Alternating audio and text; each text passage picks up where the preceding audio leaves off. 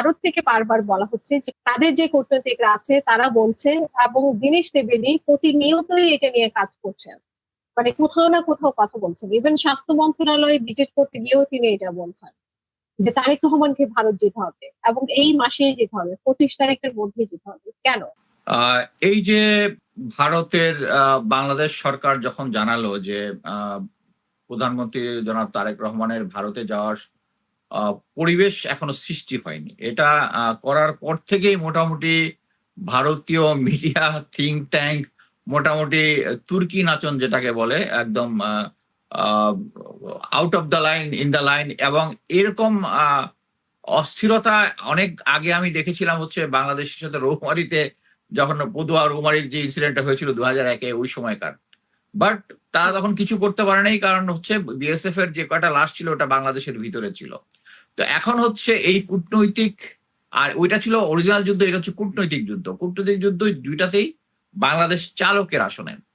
এখন চালকের আসনে কেন? ভারত যদি বলে যে তারা আমাদের বন্ধু রাষ্ট্র, হ্যাঁ, তাহলে প্রথমে হচ্ছে তাদেরকে বন্ধুত্বের একটা নমুনা তো আমাদেরকে দেখাইতে হবে। যেমন মনে করেন যে বাংলাদেশ থেকে বা ভারত এবং নেপাল থেকে আমাদের এখানে কিছু আমদানি রপ্তানি হতো, এটা কিন্তু কাট অফ করে দিয়েছে ওরা ওই শেখ হাসিনা পালানোর পরে। বাংলাদেশ থেকে গার্মেন্টস ট্রান্সশিপমেন্ট হতো, ওটা কিন্তু আটকায়, ওরা কিন্তু আর দিচ্ছে না করতে। সো তারপরে হচ্ছে বিভিন্ন নদীর পানি থেকে শুরু করে সবকিছু মিলায় মোট কথা হচ্ছে যে সমস্ত জিনিসগুলো আগে ছিল ওগুলাই চালু করে নাই, যেটা শেখ হাসিনার সময় চালু ছিল। ওইটা না করার পরে তারা এখন আসছে এইভাবে আমাদের সাথে কথা বলতে। এখন তাদের এই যে আগ্রহটা দেখে আপনারা এখন নিশ্চিত হতে পারতেছেন যে আমাদের এবং আমাদের যে বাংলাদেশে যারা ভারতীয় দালাল আছে তারা যে সমস্ত কথাবার্তা বলতো যে আমরা ভারতের উপরে নির্ভরশীল, ওদের পেঁয়াজ না খেলে আমাদের পেঁয়াজের দাম হয়ে যাবে নাকি 1000-এর উপরে নাকি চলে যাবে। কিন্তু অনগ্রাউন্ডে আমরা কি দেখলাম যে ভারত এই গত 2 বছর ধরে ভারতের যে কলকাতা এবং অন্যান্য জায়গায় তাদের ব্যবসা বাণিজ্যে পুরো ধস হয়েছে, কারণ বাংলাদেশি টুরিস্টরা ওদেরকে ওখানে আর যাচ্ছে না। এবং এই যে ওরা যে আমাদের উপরে যে এখন প্রেশার দেওয়ার চেষ্টা করতেছে, তারেক রহমানকে নেওয়ার চেষ্টা করতেছে, এর কারণ একটাই যে ওদের বিজনেস মহল থেকে ওদের উপরে একটা প্রেশার আছে। এখানে একটা প্রমাণিত হলো যে অ্যাকচুয়ালি আমাদের যতটা না ভারতকে দরকার, ভারতের আমাদের দরকার আরো বেশি।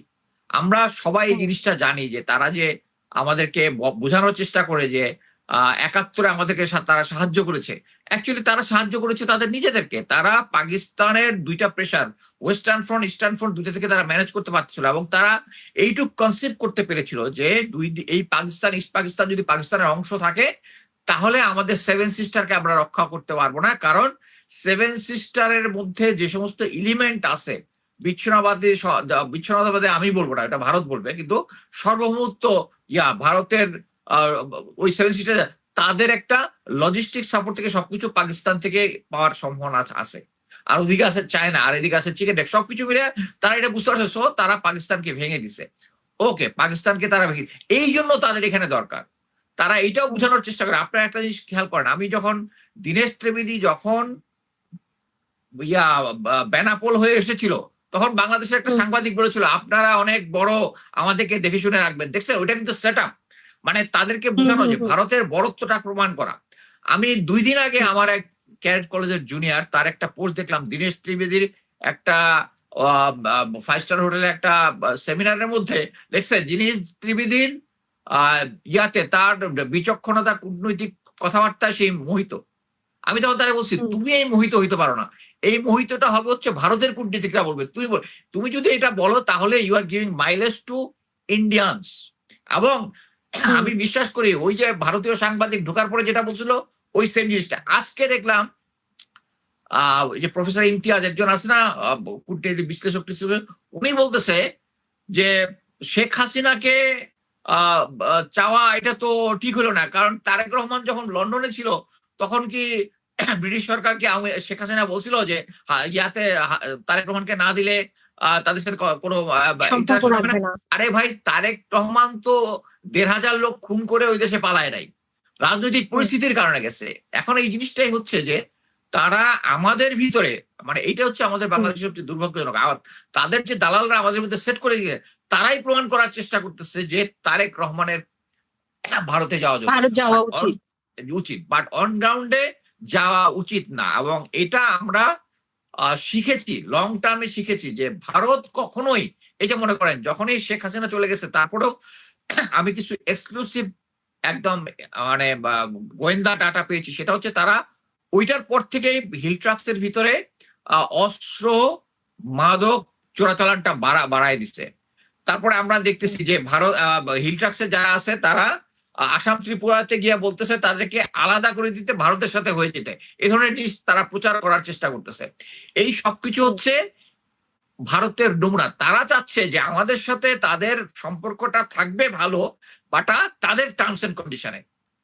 এবং আমি মনে করি যে জনাব তারেক রহমান, আমি ওনার সরকারের সমস্ত ডিসিশনকে সাপোর্ট করি না, বাট এই পররাষ্ট্রনীতির যে ডিসিশনটা নিয়েছে দিস ইজ পারফেক্ট। কারণ ওরা যদি কখনো হার্ড লাইনে কোনো ইয়া না পায় তাহলে তারা আমাদেরকে কন্টিনিউয়াস চলাইতে থাকবে। আমার কথা হচ্ছে এইটার টার্মস এন্ড কন্ডিশন হইতে হবে দুজনের সমসাময়িক। আমরা যেটা চাই, আমার কথা হচ্ছে তোমাকে ফ্রেন্ডশিপ প্রমাণ করতে হলে তুমি ভারত আর নেপালের সাথে আমাদের আমদানি রপ্তানিটা কেটে দিছো কেন?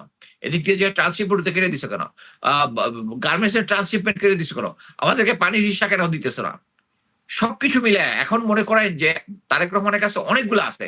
এই যে মনে করেন যে আপনারা যে দেখলেন চীন অরুণাচল প্রদেশের কিছু জায়গা দখল করে ফেলছে, এটা আমি মনে করি একটা পজিটিভ সিচুয়েশন। বর্তমানে যে সরকার আছে বা ভারতের সরকার আছে, তারা দেশের ভিতরেও একটা ক্রাইসিসের মধ্যে যাচ্ছে, ককরোচ পার্টি এবং প্রতিটা নেইবারের সাথে তার খারাপ সম্পর্ক। এবং this the right time to deal with India, আমাদের প্রাপ্য সহজ হিসাব নেওয়ার জন্য। এবং এটা যদি করতে পারে, যে মোট কথা হচ্ছে তুমি আমাদের আস্থা অর্জন করতে পারবো, আমি তোমাদের আস্থা অর্জন করবো, দেন আদারওয়াইজ তোমরা যেরকম ভাবে আমাদের ভিতরে ডিস্টার্ব করতেছো আমরা হয়তো ডিস্টার্ব করতে পারি। আমার মনে হয় এইটাই হচ্ছে, এবং তারেক রহমানের এই পররাষ্ট্রনীতিকে আমি 100% সাপোর্ট করি।